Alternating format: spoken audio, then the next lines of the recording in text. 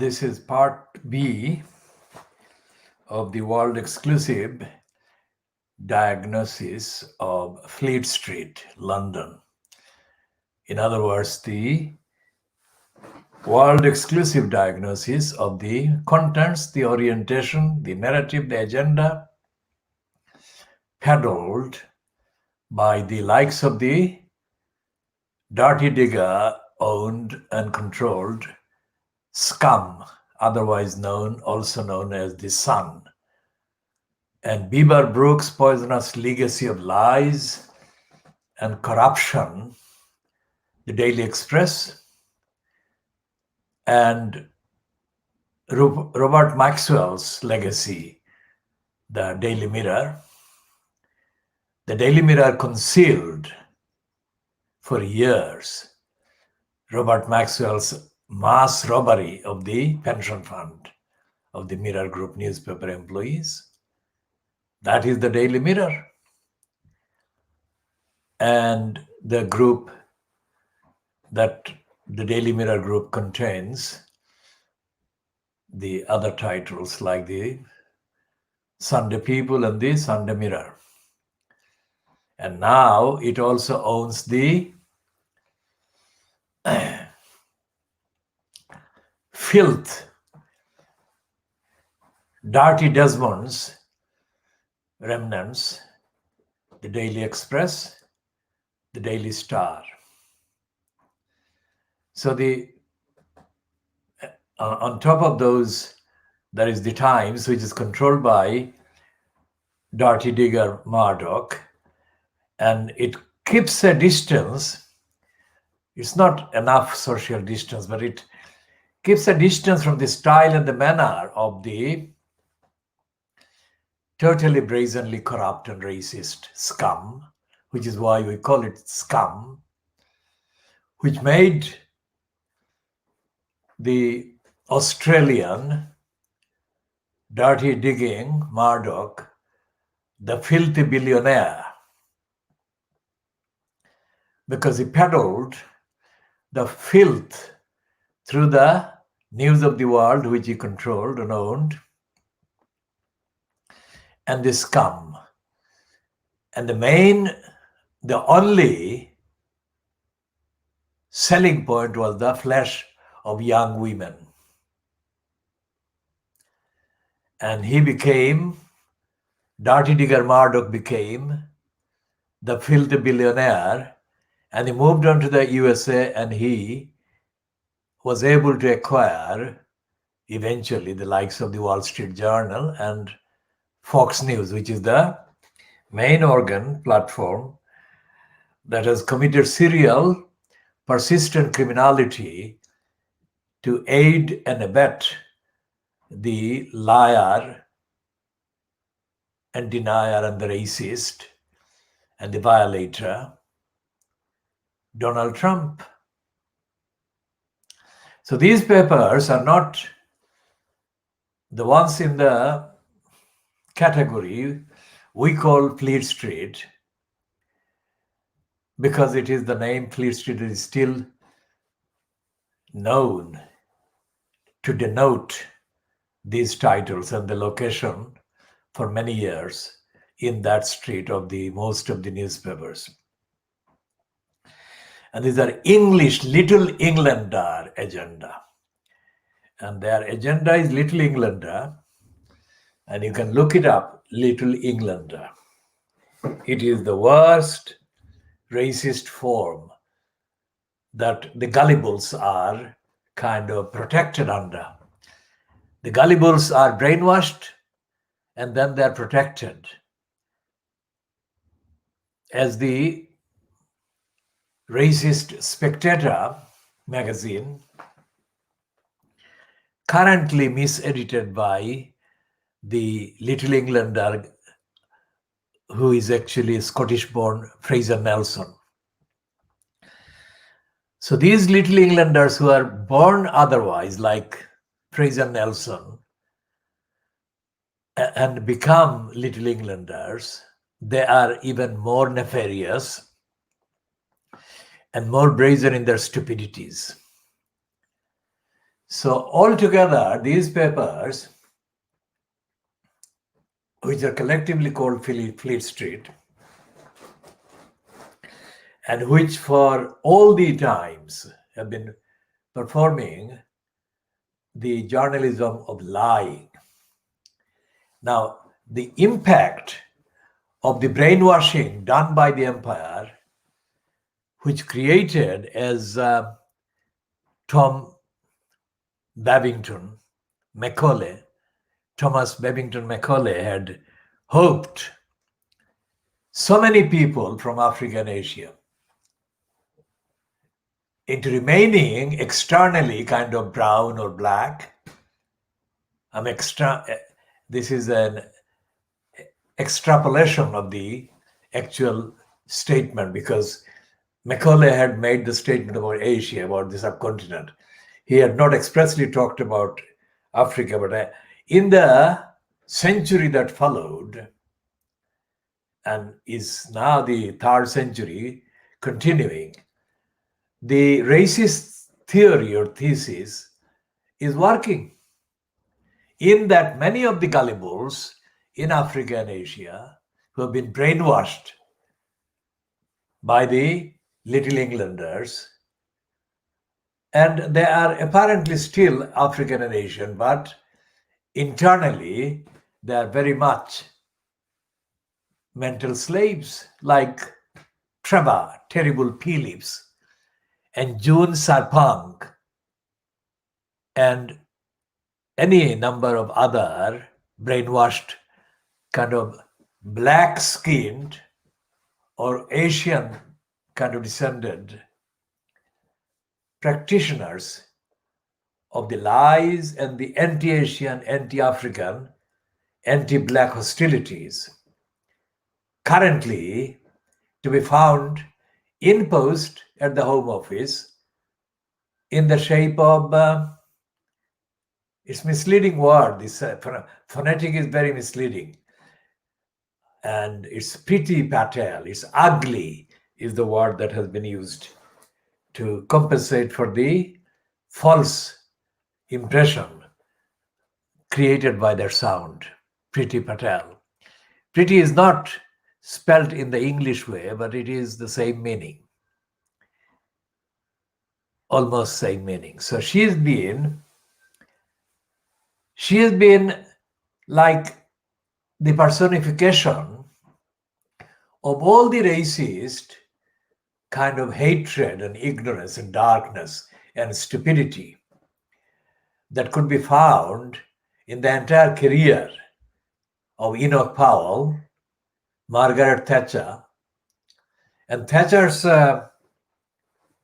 kind of guru, the advisor, Keith Joseph,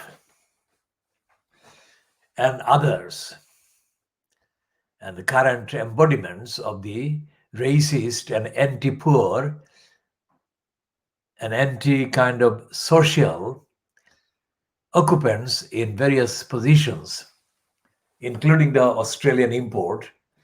That is an irony, isn't it? Australian import. The exports were reportedly mostly criminals that were imposed on the country, where they carried out massacres of the original peoples. So Tony Abbott is the import within quotation marks.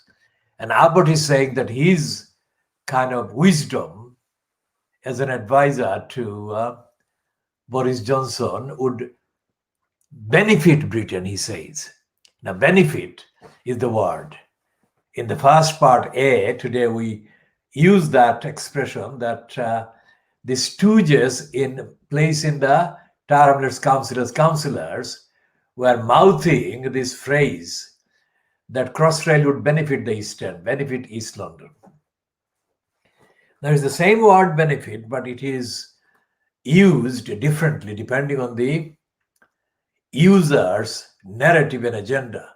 For example, benefit cheat is the opposite of Crossrail benefiting the East End, because benefit cheat is the worst kind of personality, social kind of parasite. That is how people in poverty and people in need, people who are deprived, kept in poverty, are condemned. So, when I say that Keir Starmer, as the current leader of the Labour Party, has completely abdicated the basic responsibility of voicing the main purpose of the foundation of the Labour Party 120 odd years ago.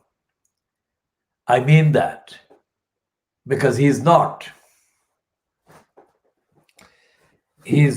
condemning the poverty creation program that the Boris Johnson fronted cabal is perpetuating from before. And there is no mystery about why Keir Starmer is not opposing that.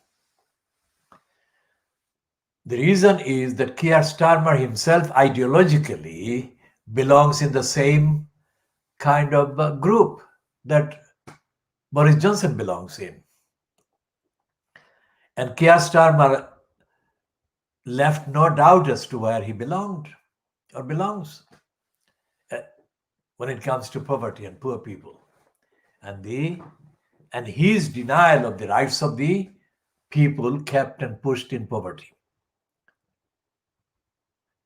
Shortly before he left the post of the Director of Public Prosecutions at the Crown Prosecution Service, that is, he was the DPP at the CPS.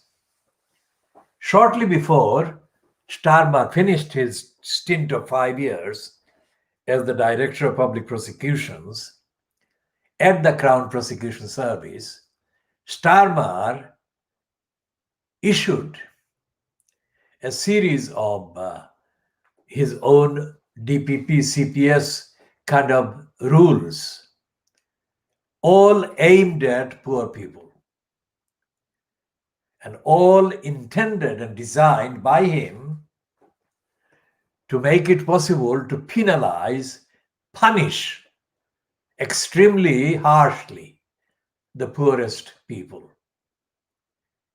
It is not something I'm making up. I never make up anything. And this is not something that can be displayed here. The architecture of this program is still not capable of showing some of the items that I would like to show. And I hopefully, when the installation is complete, we shall be able to display videos and clips and other images. Suffice to say, the Starmer, I shall find that in the, if possible, in this one. And I shall see if I can at least read the gist of what Starmer did.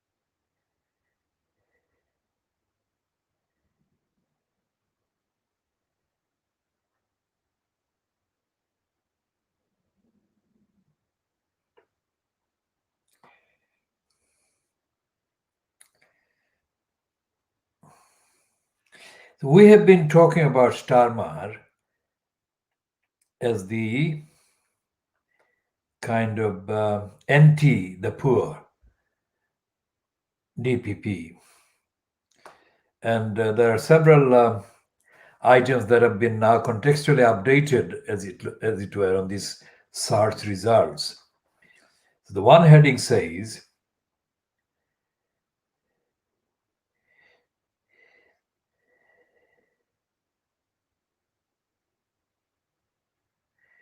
that Keir Starmer led the CPS, that is the Crown Prosecution Service, when it did not charge Jimmy Savile. And then another one. These are obviously ones that are following our exclusive diagnostic series about Starmer. What can we learn about Starmer from his DPP days? And the Guardian says on the 16th of February, let's read the headline of the Guardian. Keir Starmer's past is coming under scrutiny. What can we learn from it? It's David Renton, somebody has written. A left-wing lawyer was not an obvious choice to be Director of Public Prosecutions, as borne out by some of his decisions. I remember in July 2008, this writer says, when the news broke of the decision to appoint Keir Starmer as Director of Public Prosecutions, I was at a meeting of socialist lawyers, people who had spent their lives campaigning for the rights of homeless people and asylum seekers. We couldn't understand why he had taken the role. On standing for the Labour leadership, Keir Starmer published a video setting out his record as a barrister who had represented poll tax protesters and striking miners. I don't think anyone, a voiceover says, really expected someone who dedicated his career to defending workers, trade unions to become Director of Public Prosecutions. They were right about that. As a barrister, Starmer was a principled opponent of state power.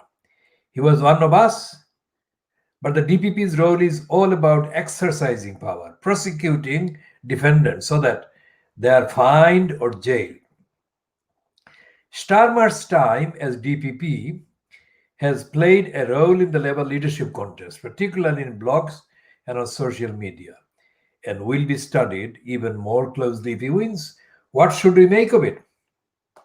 As DPP, this is written before he became the kind of leader, obviously in February, but he was being touted by the right all along to be the leader, and the right sponsors of Starmer were resented Corbyn. And don't mistake me as a fan of Corbyn's, as I have said. Corbyn doesn't have the qualities, intellectual qualities or moral qualities to warrant even being supported by me, let alone my being a fan of his. That is the way. And I have been doing politics and campaigning before Corbyn ever entered the arena in either way. There were a number of decisions that Starmer got right. He was appointed by Labour but spent half his time in office under the Conservative Liberal Democratic coalition. And he defended the Human Rights Act, etc.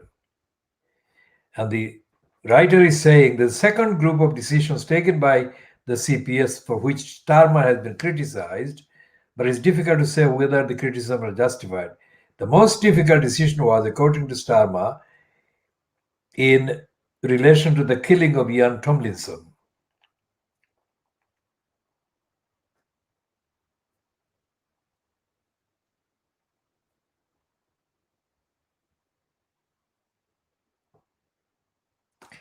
Now, this writer is not obviously on the same plane as I am about Starmer, because he is a member of the licensed law trade.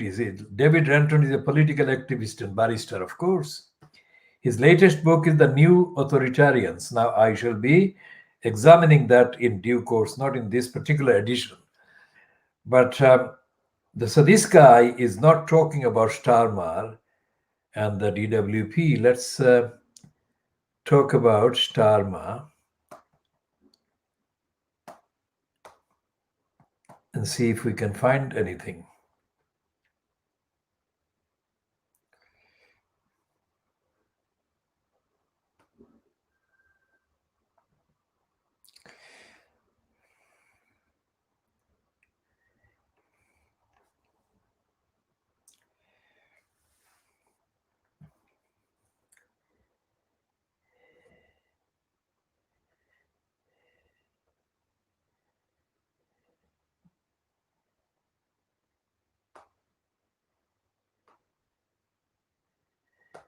So it seems that Starma has done a serious kind of review of items about him in the Google. So I think he has successfully exercised the so-called right to be forgotten on those things. But let's see if there is any trace left of his.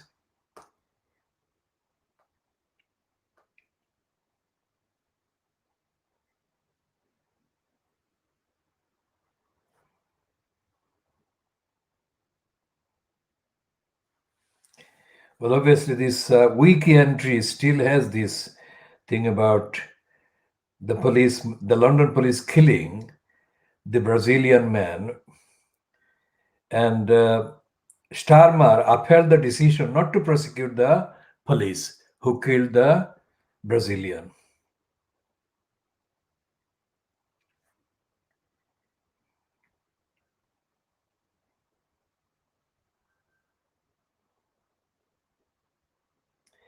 And a cousin of the murdered Brazilian, Bibian Figueiredo, said, "We are all in shock and simply cannot understand how the deliberate killing of an innocent man and an attempt by the Metropolitan Police to cover it up does not result in a criminal offense."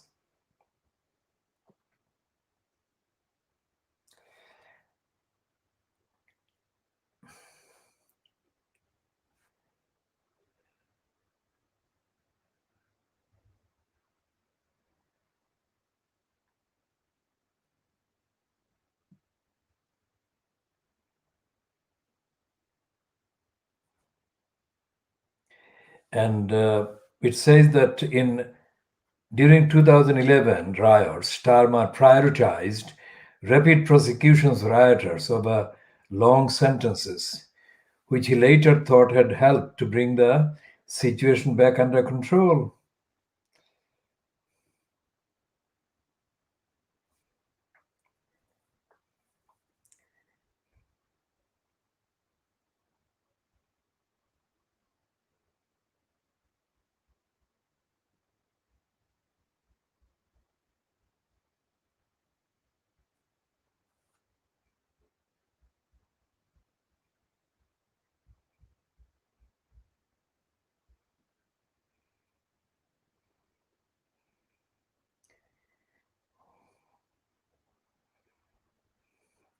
So in the wiki entry, there is no mention of Starmer's fascistic change of rule, making it easier to prosecute the poorest and the most in need. And that is where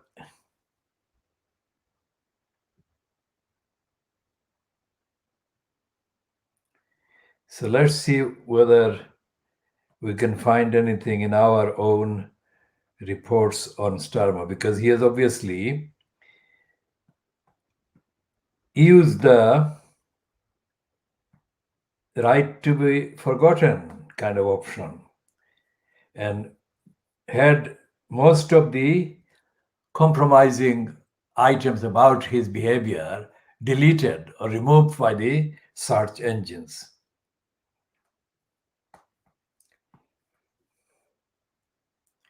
See if we can find this in a different way.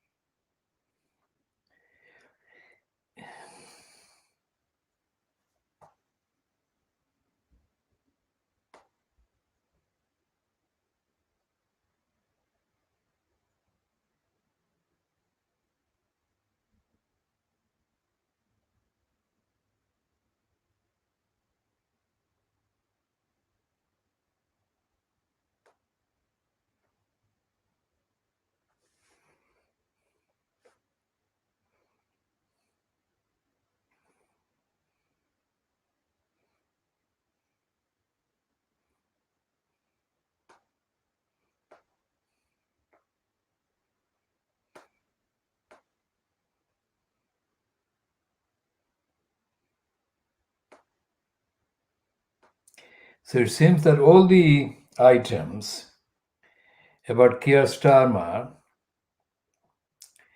attacking the poor and making it easier to prosecute and deprive the poorest have been removed from the search engines as far as can be seen. If we come across any after a longer review and look, we shall update on the next appropriate bulletin. But for now, let's say that Keir Starmer has clearly exercised his so-called right to be forgotten and persuaded the search engines to remove the items that show that he was cruel and he connived and colluded with the Tories in attacking the rights of the claimants, the poorest people, whom he additionally criminalized. And that is what happened, and it's very significant that we cannot find this on the internet now.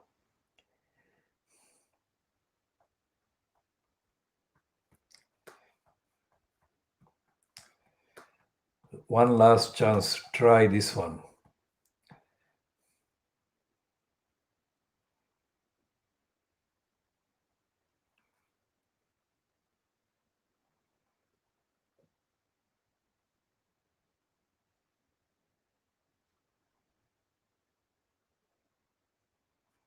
That's it. There is one item we have found in the Online Independent, dated the Monday, the 16th of September 2013. And it's written by John Hall, somebody called John Matthew Hall. And the headline is, Benefit Cheats Face 10 Years in Prison as Keir Starmer sets out tough new Crown Prosecution Service guidelines. That's what I said. He set out new rules, that is the guidelines. So, and I shall read the main bit. Benefit cheats. Now, I don't accept these people to be cheats. That is a completely misleading, absolutely misleading word or phrase. Misleading in the context of the evidence of cheating by the claimants, by the poorest. But that is, again, that we shall discuss. But now that we have found this one, we shall discuss at length at another kind of edition or in another edition. Now, benefit cheats could face up to 10 years in prison as part of the Crown Prosecution Service's new tough stance on those flouting the system. Now, put that in context. 10 years. There is no prosecution of those who murder animals. Now, remember that.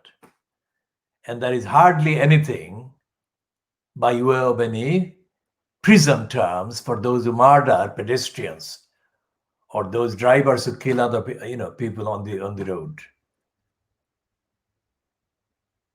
And there is hardly any prosecution, any jail kind of terms, anything compared to the 10 years that he declared for the poorest, for racists who attack people.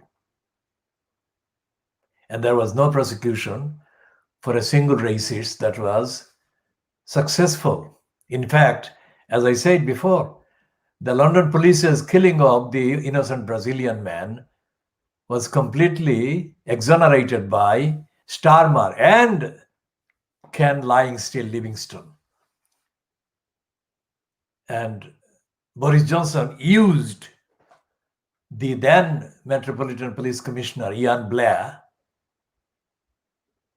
as a kind of political, timely, temporal opportunity to gain against Livingstone's kind of time. And he staged a stunt. Within days of getting in 2008, May 2008, Johnson arranged for Ian Blair to resign. That was treated by Fleet Street, which is what we are diagnosing now, as a victory for Boris Johnson, a tough man.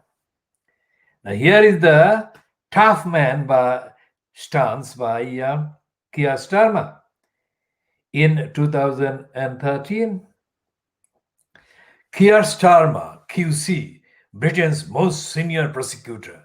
My goodness, frightens the hell out of the listener, this kind of threatening sentence. Keir Starmer, QC, Britain's most senior prosecutor, said the 1.9 billion that benefit and tax fraudsters cost the taxpayer every year must now influence lawyers' decisions on whether a prosecution was in the public interest. Now he is completely conflating, and he is criminally, as a wrongdoer, intentional wrongdoer, lying against the poorest as he confuses them with the taxpayer, tax fraudsters.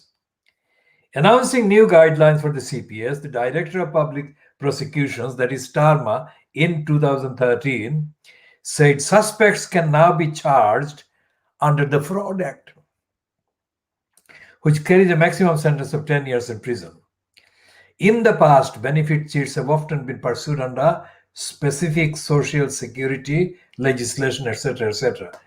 Anyway, so this item is there, so we can use this for a longer discussion about Starmer, Keir Starmer being evidentially hostile to the poorest and stupid, because there is no way that the poorest, even if they desperately kind of alter a few facts in order to get some money, can never be compared in a million years with the tax dodgers, big business. So the fact that he actually said that in one sentence, both of those groups, shows his stupidity and his callousness and his criminal intent and his ignorance and his hostility and his cruel personality. So that is something that the viewer may like to remember about Keir Starmer. You cannot expect Starmer to challenge the very people whose ideology he has been implementing for years, for career. And those who actually said that he was the right person for the so-called ethnic ones in Hobart and St. Pancras, where the seat is, which he has occupied now since Frank Dobson retired or left or whatever. There are a significant kind of groups of people who are voters that are Asians, including some Bangladeshis. And those were overly kind of quoted by Starmer in the period before he became the candidate to succeed Dobson. And the pictures, the selfies, some of those Bangladeshi ones posted make for very embarrassing kind of viewing. I mean, they are stooged, gullibles, and absolutely mentally servile. And that is a problem that is exploited by the likes of Starmer at all times. Dobson did the same thing. And Dobson, in exchange, played the godfather for the career of Abbas Uddin Elias Halal by staging. Dobson did stage his own stupidity twice. Once during the so-called campaign against the elected mayor referendum campaign, which Abbasuddin Elias Halal pretended to be supporting. And few weeks later, as the supporter of the same thing that he had appeared to be opposing. And this time too, he appeared as an addendum, as a kind of scaffolding on which the very fragile career ambitions of Abbasuddin Elias Helal was being constructed and displayed. So, while other people may not know that, this is the real reason why Dobbo Dobson agreed so readily to appear as Abbasuddin Helal's godfather politically, because he had benefits there. He was benefiting from the Bangladeshis being lobbied and touted by Abbasuddin Helal for continuously voting for Frank Dobbo Dobson. It's the same role that Abbasuddin Helal's so-called rival, Lutfur Rahman, played very soon after he got in October 2010, after which he was seen to be traveling on a specially hired bus containing his so-called supporters, all the way from Tower Hamlets to Leicester, where he was the guest of Sleaze Vaz. And Sleaze Vaz pretended to be hosting Lutfur Rahman and his co-appearees in order to pay his dues, as it were, to Peter Soulsby, the crook mayor of Leicester. And the idea was that Lutfur Rahman's appearance as a, quote, guest of Keith Sleaze Vaz would send a message to the Asian, especially the Bangladeshi kind of voters in Leicester, to equate that as an endorsement for Soulsby. Now, the Khoodeelaar campaign has long been an evidential opponent and critic of the liar Soulsby. It is a coincidence that he is a elected mayor at the expense of Leicester. But we are opposed to elected mayors and elected mayor system, and we are opposed to Soulsby, and we are opposed to Keir Starmer, where we were opposed to Frank Dobbo Dobson in both his lying disguises. So you can see anyone patient enough to view this broadcast, which is called World Exclusive Diagnosis of Fleet Street, can see the extent and the depth and the width of our investigative reach. We are factual, and we are nothing but factual. And factual, evidential, contextual, and topical. And what we are saying is the newspapers in Fleet Street and in the rest of the UK have long stopped being practical support for democracy, accountability. And as I have said, the fact that the only one item remains on the internet about Starmer kind of attacking the poorest as the DPP, because that actually shows that this guy, barrister guy, who wrote a kind of typical contradictory piece about Starmer on The Guardian, got it wrong or was being dishonest. This character called Ranton, whom we shall be examining at length. Ranton sounds very much like Rantoul, but the Rantoul is the one on the John Rantoul, who is associated with the Independent and is a Blairite, extremist Blairite liar. And he's a traitor to the principle of the Labour Party, which he said he believed in, and then he supported the Tories. Now, in the 1980s, this liar was living in Tower Hamlets. And as part of my campaign against the various dysfunctions going on in the Labour Party in Tower Hamlets, and especially my campaign to support the all-girls character of the Mulberry School, I had encountered problems, obstructions from the racists in the Labour Party at that time. And Rentoul was allegedly, unbelievably, these racists appointed Rentoul, then pretending to be a Labour Party member, as the person to investigate my complaints.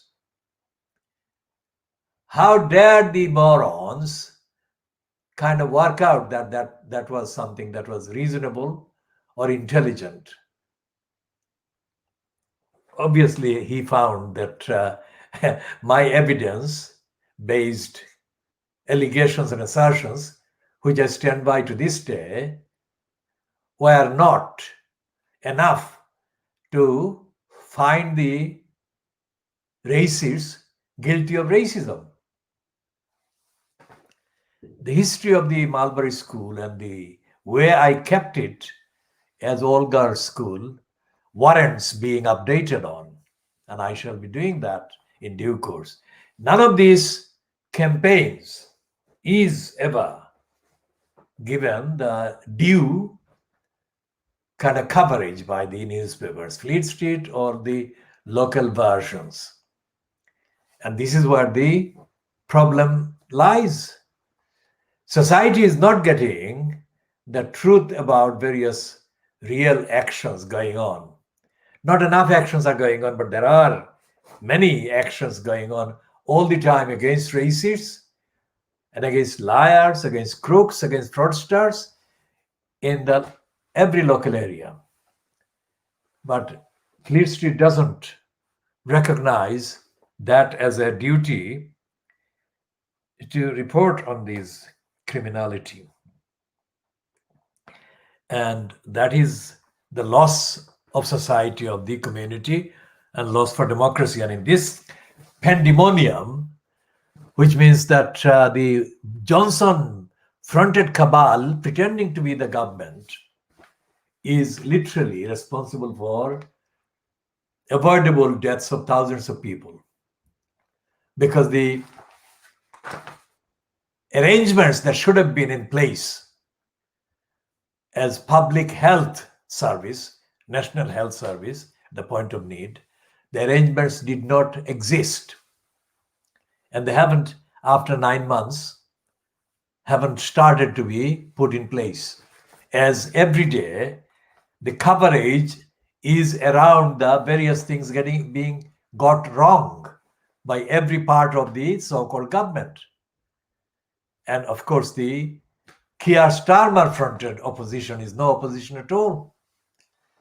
I mean, that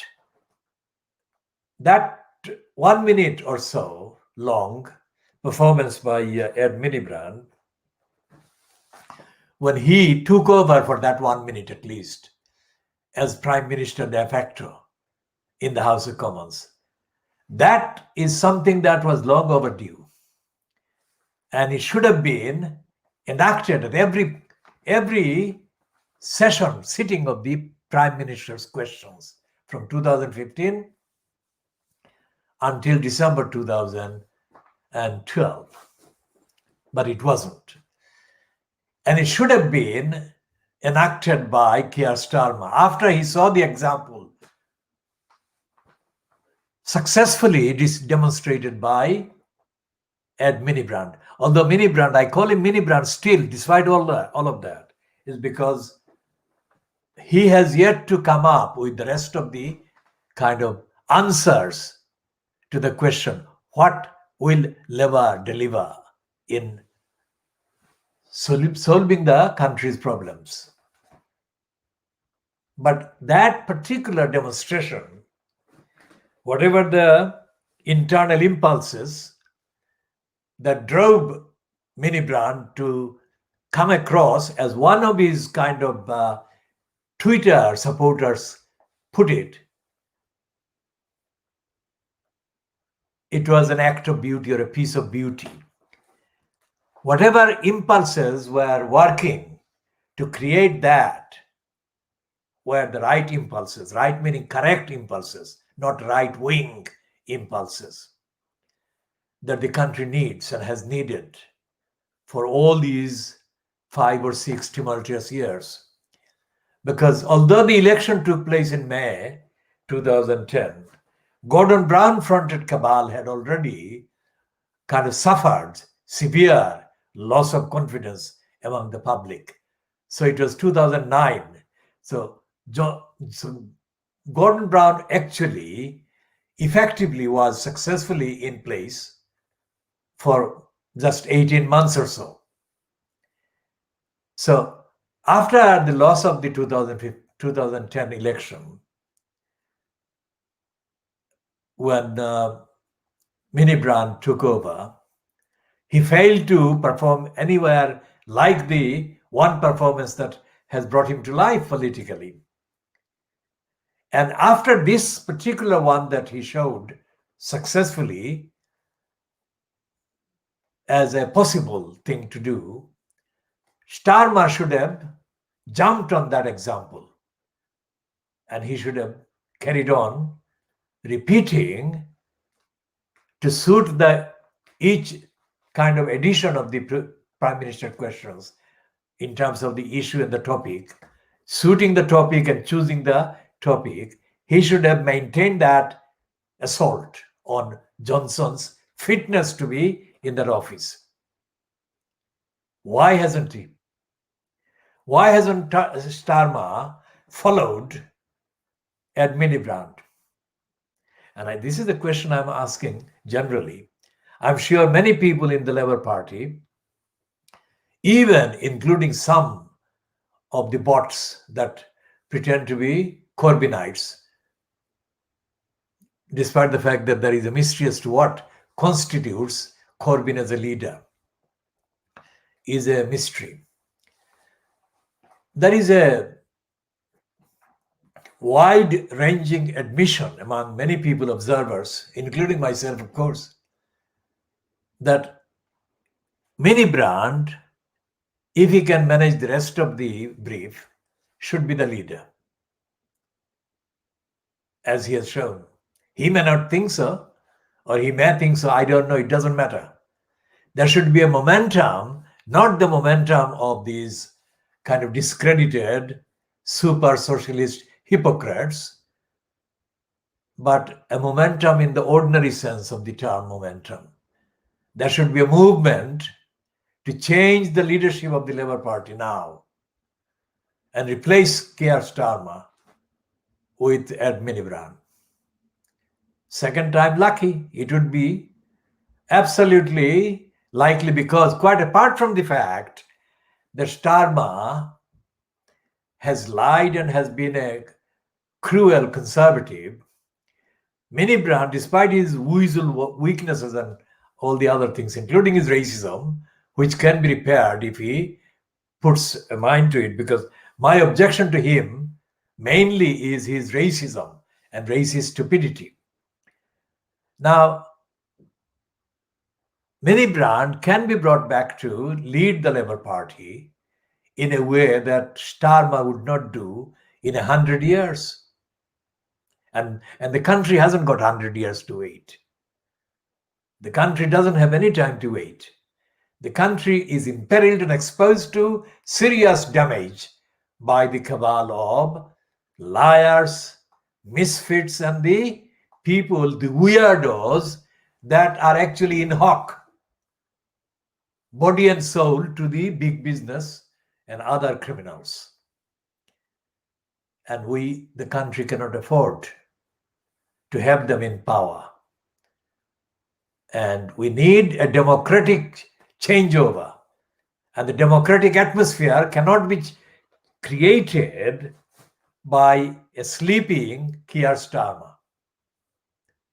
If Ed Miliband can repeat for a year that kind of performance, then a real democratic awakening is possible in this country.